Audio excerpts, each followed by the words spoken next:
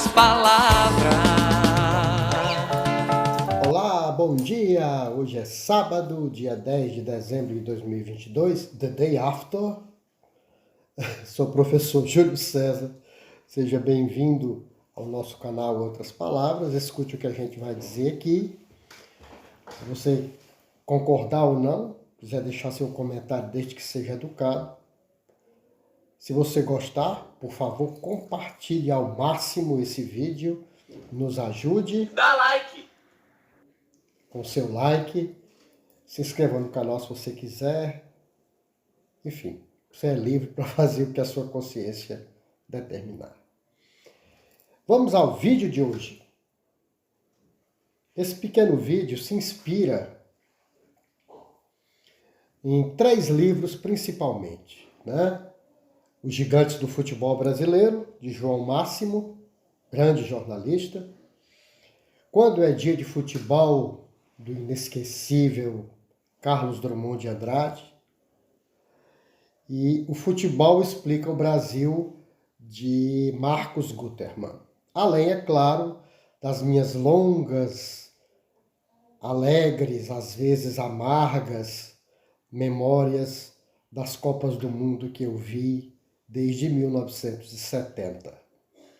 Meu pai, minha família, meus tios, toda a geração que me antecedeu e que me ensinou a amar o futebol brasileiro. E a Copa do Mundo, é claro, né? Por que, professor, o senhor vai falar de futebol hoje? Porque falaremos de mais um fracasso brasileiro na Copa do Mundo. Por quê? Há tanta coisa mais importante, você pode ponderar, né? Há tanta coisa mais importante para se falar. Você tem todo o direito de pensar o que quiser. Mas o que talvez você não saiba é que para uma pessoa como eu, apaixonado por história, nada é irrelevante. Tudo é história. História não é apenas aquilo que você viu e muitas vezes viu mal na sua escola, as batalhas, os reis, os imperadores, os papas. É verdade. História é muito mais do que isso. Estudei e estudo todo santo dia sobre a história da alimentação, dos transportes, do vestuário, da sexualidade, dos costumes, do folclore, quer dizer, da cultura popular, da inteligência humana, e aí, por que não dizer, da estupidez humana também. Você é o bichão mesmo, hein, doido? Tudo isso forma um painel gigantesco sobre a história da humanidade. E o futebol também está incluído nisso. É a cultura popular. Desde que o futebol chegou aqui, no final do século XIX, trazido da Inglaterra por Charles Miller, veja a foto dele aí,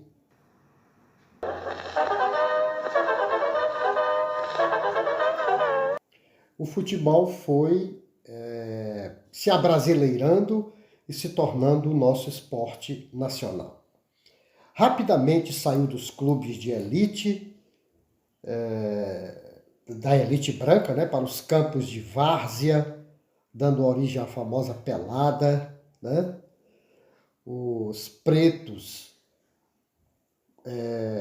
começaram a introduzir no futebol a catimba, o jogo de cintura, a ginga no lugar da finta ou do drible, a malemolência, o bailado, a sensualidade do futebol, do africano no futebol. O Brasil se apropriou do futebol, do football English football. O Brasil se apropriou dele e o transformou no futebol brasileiro. Há quem chame futebol, tanto faz, né? Mas é brasileiro. O futebol dos pretos, das favelas, das periferias, dos brancos também, enfim, do povo brasileiro. Quando foi criada a Copa do Mundo em 1930, pelo francês Gilles Rimet, veja aí a foto dele, e da Copa, a deusa de ouro que ele deu de presente para a Copa do Mundo, que foi a única Copa permanente até hoje. O Brasil ganhou 3 vezes, ficou com ela, mas depois ela foi roubada e derretida. Você não sabia disso. A Copa, essa linda imagem que você vai ver aí, a deusa de ouro, foi roubada no Brasil e derretida. Que vergonha, meu Deus. Veja aí.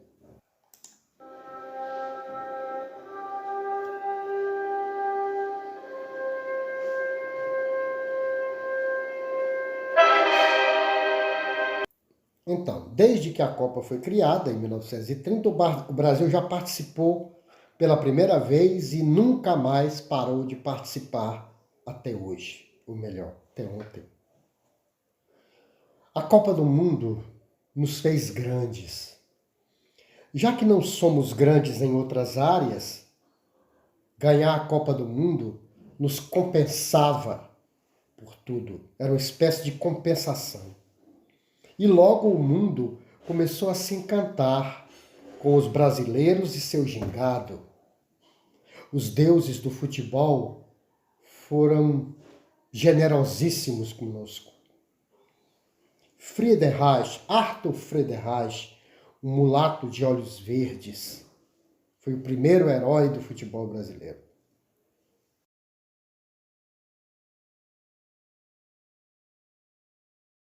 Leônidas da Silva, o cara que inventou a bicicleta e que deu nome ao chocolate, o diamante negro, apelido que ele ganhou na Copa de 38, na França.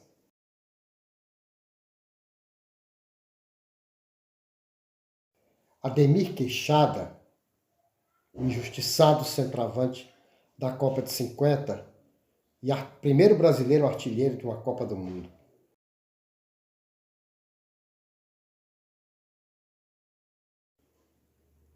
Didi, o inventor da folha seca e que era ídolo de Pelé.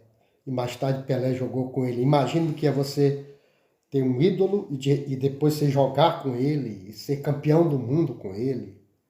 Uma coisa impressionante. Didi, o rei da folha seca.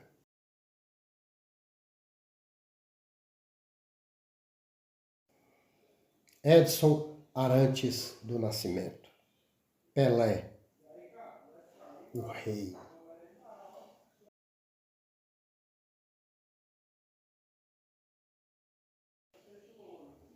Garrincha, deus das pernas tortas, que entortou todos os adversários enquanto a saúde e a bebida permitiram.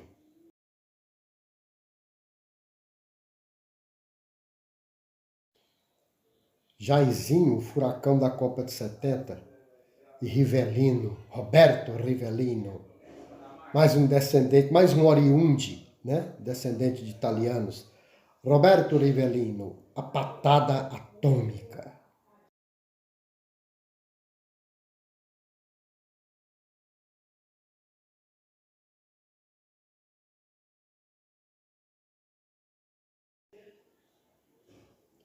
Zico, Falcão, Sócrates, a trindade de ouro, que infelizmente não ganhou a Copa do Mundo. Azar da Copa do Mundo.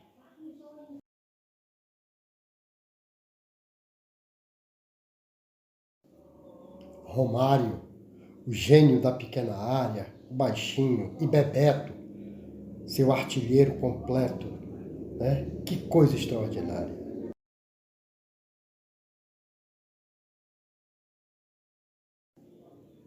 Rivaldo, os caras que os médicos espanhóis diziam em 2002 que estava aleijado e acabado para o futebol e ganhou a Copa.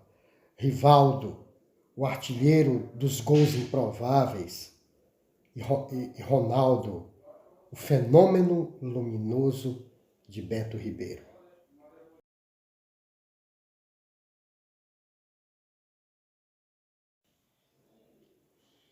A cada 4 anos, nossos corações palpitavam mais fortes por causa dela, a Copa do Mundo. Quando ganhávamos, e ganhamos 5, era uma alegria dos porres homéricos, uma catarse coletiva.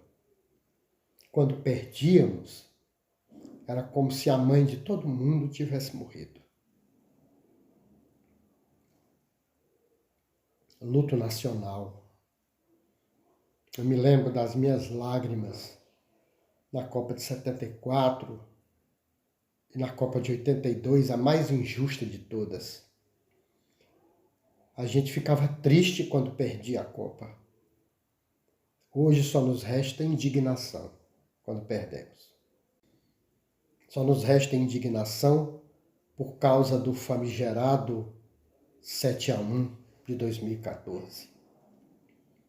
Naquele dia nos lançaram uma maldição, um sortilégio diabólico. É verdade. Este ano, tem uma propaganda aí que o cara chega pro outro e diz assim: Luca, cadê aquele torcedor, capa de jornal, a cara do Penta? O que houve? Ou pergunta cretina: o que houve? Houve o anátema dos 7-1. E um cristal se quebrou dentro de nós e nunca mais será restaurado. Perdemos a alegria, perdemos a capacidade até de ficar tristes. Eu acho que sim. Olha que eu disse, perdemos a capacidade de ficar tristes e não tites.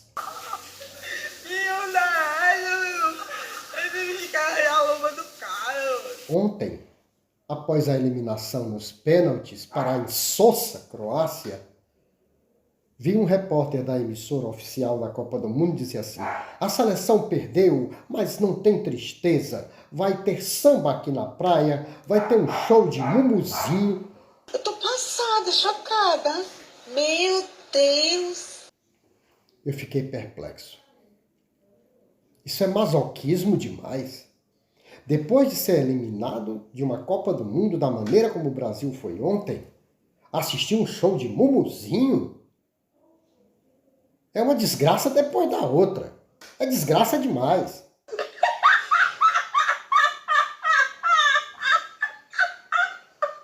Jogadores talentosos nós temos. Eu acho que sim. O grande problema são eles. Eles, sim. Os treineiros, os entregadores de coletes, os que agora se auto-intitulam professores. Veja bem, se não tem que mandar matar uma desgraça dessa. Os filipões, os dungas, os tites, todos burocratas, burros, teimosos, não formam equipes e sim panelinhas. São incapazes de reconhecer seus erros, não têm humildade para dizer errei, não. Esses caras é que estão acabando com o futebol brasileiro. A sua vagabunda capivara. Ontem, me lembrei de 2014 de novo. Me lembrei de uma imagem que assim que ficou na minha cabeça, assim que terminou aquele maldito jogo dos 7-1, um garotinho no estádio ao lado do pai chorando copiosamente. Aquela imagem me deixou com o coração aos frangalhos. Ontem, vi uma foto do meu querido sobrinho neto, Rodrigo, chorando após a derrota nos pênaltis. Pensei assim: o que estamos fazendo com os nossos pequenos torcedores? Será que um dia eles se recuperarão de tantas decepções? Será que um dia eles verão, como seus ancestrais já viram, o Brasil ser campeão do mundo? Enquanto estes professores arrogantes comandarem os destinos da nossa seleção, nossos pequenos torcedores não verão a glória eterna de ganhar a Copa do Mundo. É isso aí.